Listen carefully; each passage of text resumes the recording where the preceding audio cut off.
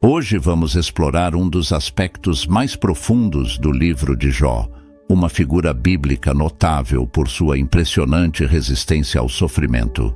Embora muitos encontrem esperança em sua história, nossa análise se concentrará em verdades menos conhecidas. Quais pecados ocultos Jó carregava? O que seus amigos tentavam provar a ele? Por que ele se justificava incessantemente? Vamos investigar erros de Jó que costumam ser pouco discutidos, assim como as verdadeiras razões por trás de suas provações e as lições que podemos extrair de sua experiência. Também veremos como a repreensão final de Deus aos amigos de Jó molda nossa compreensão da narrativa.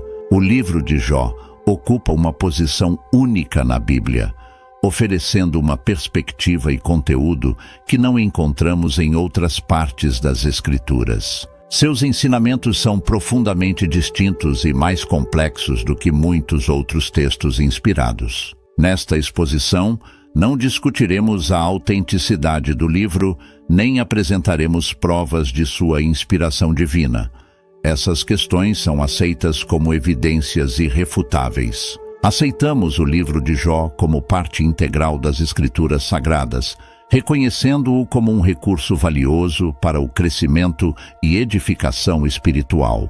Nosso objetivo é explorar o conteúdo do livro sob uma perspectiva de fé e análise teológica, sem nos deter na autoria do texto, que consideramos uma questão secundária em comparação com a mensagem que ele transmite. O livro de Jó inicia com o patriarca em um estado de grande prosperidade e plenitude, cercado por tudo que poderia tornar sua vida agradável. Ele possuía uma posição destacada no âmbito social e material. Vamos ler os primeiros versículos do capítulo 1. Havia um homem na terra de Uz, cujo nome era Jó, e este era um homem íntegro e reto, temente a Deus e desviava-se do mal.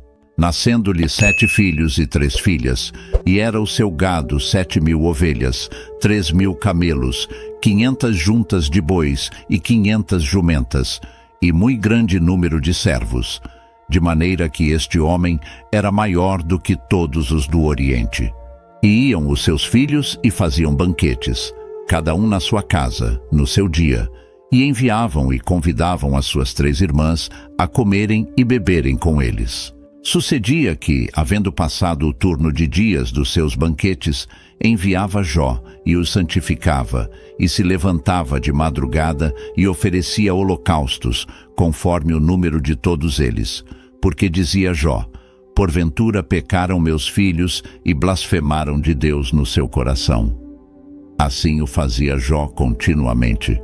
Jó 1:5. Jó, portanto, era um modelo de integridade. O termo hebraico tam, utilizado para descrevê-lo, significa perfeito, no sentido de um caráter completo e íntegro. Não se refere a uma perfeição absoluta, mas a um caráter exemplar para a época. Além de ser perfeito, Jó era descrito como justo, temente a Deus e evitando o mal. Essas qualidades não são apenas a opinião de seus contemporâneos, mas a avaliação direta de Deus sobre ele. Jó possuía todas as qualidades necessárias para ser considerado um homem modelo, segundo os padrões divinos de seu tempo.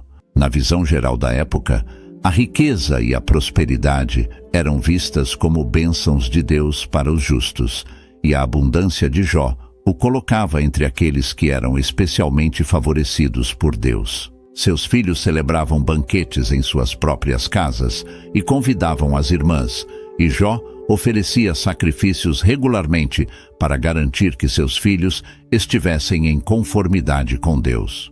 No entanto, havia uma raiz moral oculta que precisava ser trazida à luz, uma tendência à justiça própria que precisava ser revelada e julgada. Essa raiz se manifesta claramente em seus pensamentos, como evidenciado pelos sacrifícios constantes que oferecia, questionando se seus filhos haviam pecado. Jó não parecia ter considerado a possibilidade de que ele mesmo pudesse ter cometido algum pecado.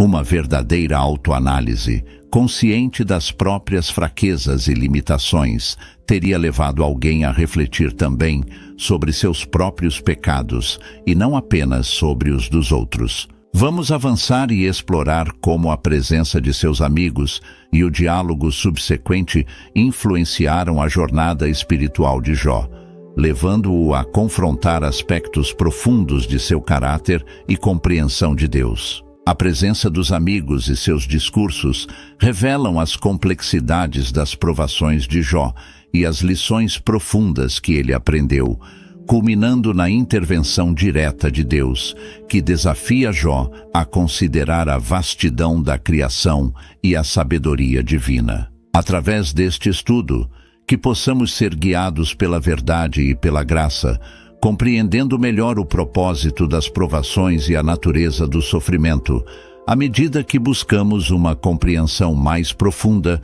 do caráter de Deus e de nossa própria jornada espiritual.